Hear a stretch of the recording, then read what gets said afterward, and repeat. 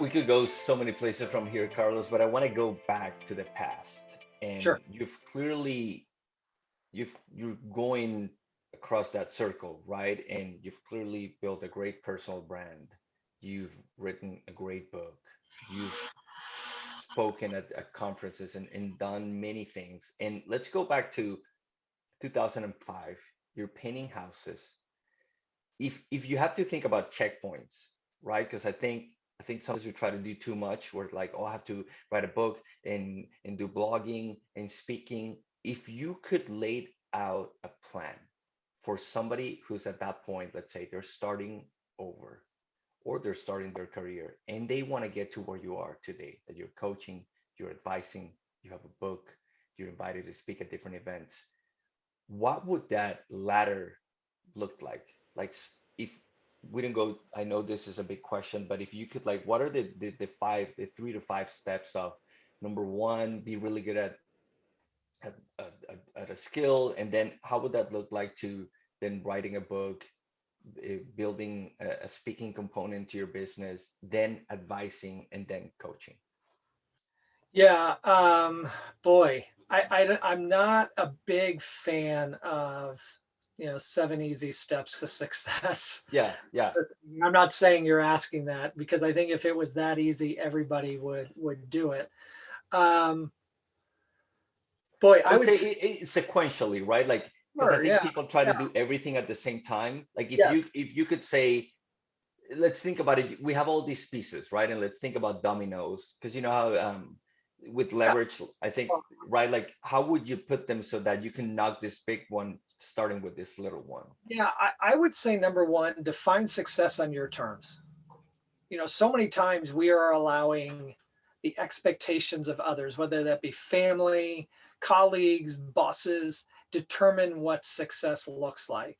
I was coaching with somebody the other day when I asked that question, and she said, I really just don't have this drive to move up the corporate ladder. There's so much I want to do. I value travel and this and that. And I just really love what I do.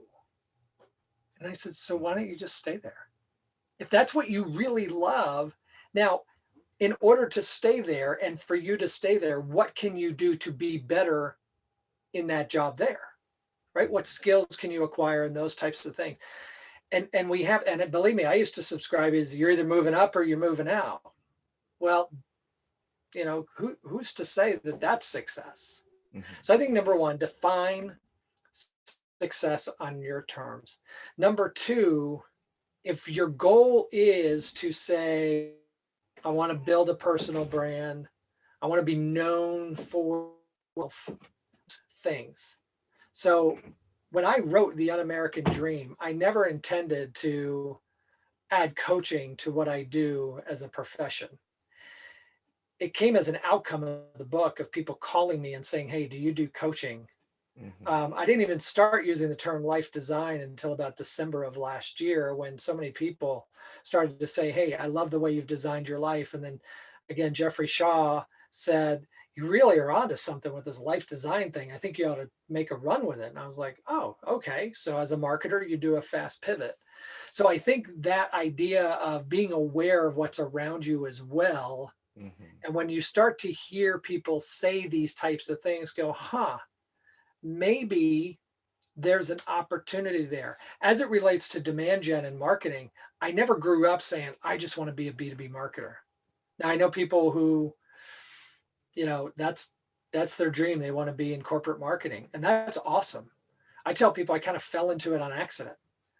Become a student of what you are doing and know that there's never an end game. You're never going to be and you're never going to arrive. I talked to a client today who said he has a client where the CEO has kind of stopped learning. Mhm. And I think there's Twain said there's two times a man dies. Once the actual death and the last time someone speaks their name. Mhm. And I actually think there's a third one, and it's when we stop learning.